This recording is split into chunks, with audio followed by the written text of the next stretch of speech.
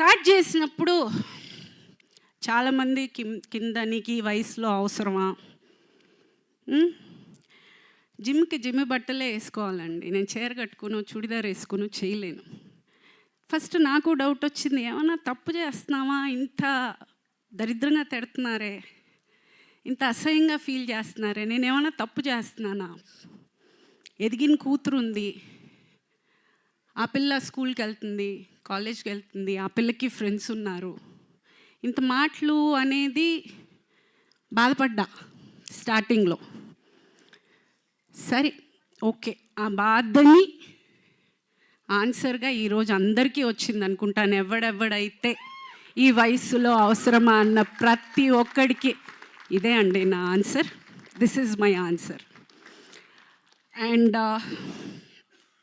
ఇంకొకటి, ఈ ఏషియన్ గేమ్స్లో నాకు వచ్చిన మెడల్ని నేను సినిమా సంబంధించిన ప్రతి లేడీ ఆర్టిస్ట్కి నేను డెడికేట్ చేస్తున్నాను.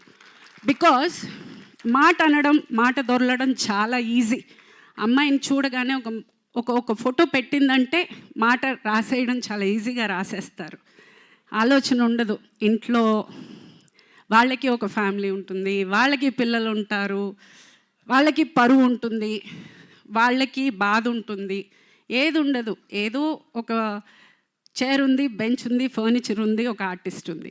Please don't. ఇలా కూడా చేస్తారు. బాధ మాకు ఉంటుంది. దయచేసి కమెంట్ చేసే ముందు ఒక్క నిమిషం ఆలోచించండి. ఏమంటే మన ఇంట్లో కూడా ఉన్నారు కదా ఆడవాళ్ళు, అదొకటి ఆలోచించుకోండి ప్లీజ్. ఇది పేరున్న ప్రతి ఒక్క లేడీ ఆర్టిస్ట్కి నేను చాలా గౌరవంగా తీసుకొచ్చిన గిఫ్ట్ అని చెప్పచ్చు. For all the lady actors, I'm representing the women of cinema, I'm celebrating women of cinema and I'm proud of it. I'm proud to be a part of cinema.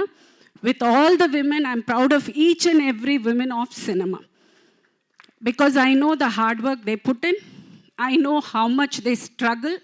ఆ place నిలదొక్కుకోవడానికి వాళ్ళు ఎంత కష్టపడతారు, వాళ్ళు ఎంత త్యాగం చేస్తారు, అదంతా నాకు తెలుసు. కాబట్టి I respect each and every women. And అందరినీ కోరుకునేది ఒకటే, ఏది ఇవ్వకపోయినా కొంచెం మర్యాద ఇవ్వండి please. We deserve respect. Please respect us also.